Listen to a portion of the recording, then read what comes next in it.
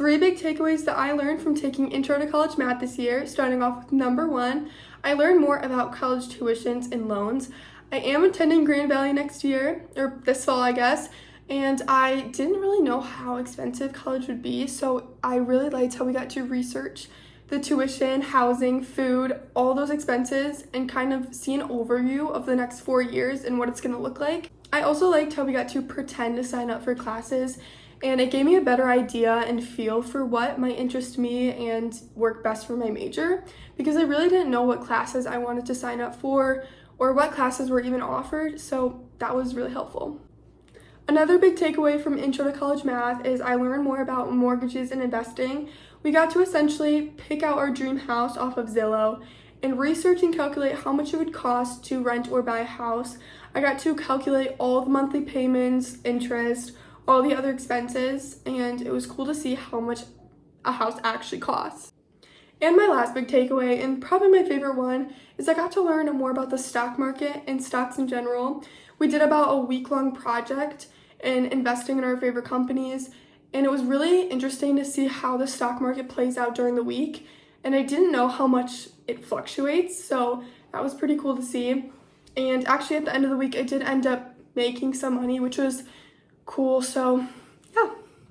I think one suggestion that I would have to change this course for future students is to work on applying more realistic chapters to this class. What I mean by that is I really appreciated the chapters where we learned about mortgages, investing, monthly payments, college tuition. Those chapters were really helpful because I think we'll actually need to know those things going on to college and further on in life and apply those to real life things. But learning the area of a triangle or the volume, that doesn't really scream, I'll need to know that in the future. So I would just work on having more chapters where we can apply later on in life. Some of my favorite projects that we did in Intro to College Math, starting off with number one, is the Dream Home project. That was really cool because first of all, I got to look and research on Zillow to see what I actually want as my dream house. And I was really new to house mortgages and other loans that would come with buying a house. So after this project, I learned what finances come with buying a new or old house. And I got a feel for what I'm looking for in the future. And I just really like this project because I got to calculate all the payments that I'll need to have in the future. And then another project that I did enjoy taking in Intro to College Math was the college loan project because, like I said, I got to calculate how much it would cost for me to go to the school that I am attending in the fall. And it was cool to get a better look at what classes I will be taking next year or what interests me. And that's especially important because I'm going to be signing up for classes very soon at orientation. So now I know a little bit more of what I'm interested in taking.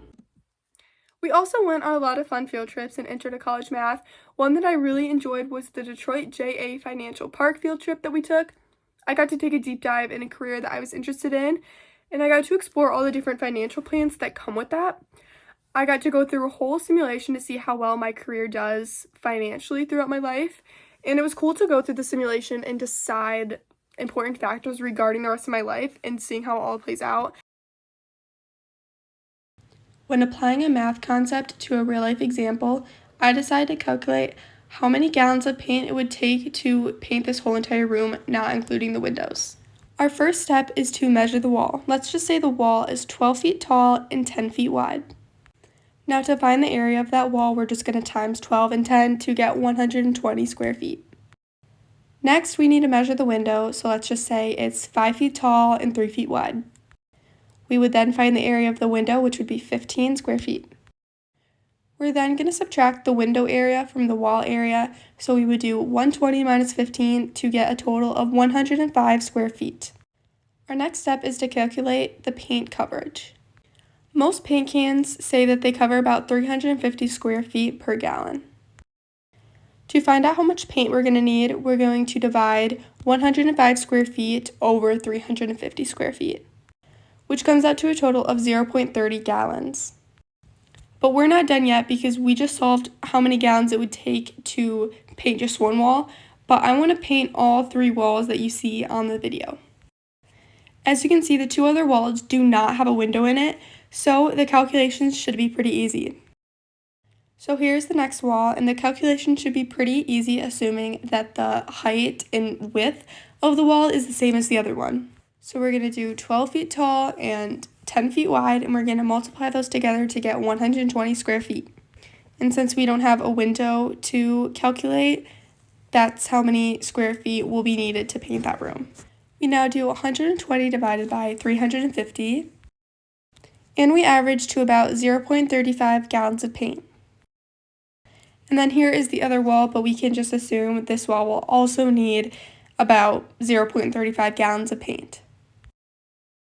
So we did calculate how many gallons of paint it would cost to paint each wall, but it would be more easier to just add all the square feet of the three walls together and then decide how many gallons of paint we need for the overall room. So we know that two walls are 120 square feet, and then the other wall with the window is 105 square feet. So if we add those three walls together, we get 345 square feet. Like I said before, an average paint can covers about 350 square feet, so we're going to do 345 divided by 350 to get 0.99 gallons of paint. So what can we do now with this information? We know that we need just under 1 gallon of paint to paint all three rooms. Now we know we can't buy 0.99 gallons of paint. It just makes sense to buy 1 gallon of paint instead. Now that we know how much paint we'll need, this covers 3 walls and adjusting for the size of the window. And that is how I applied a math concept to a real life example. Thank you.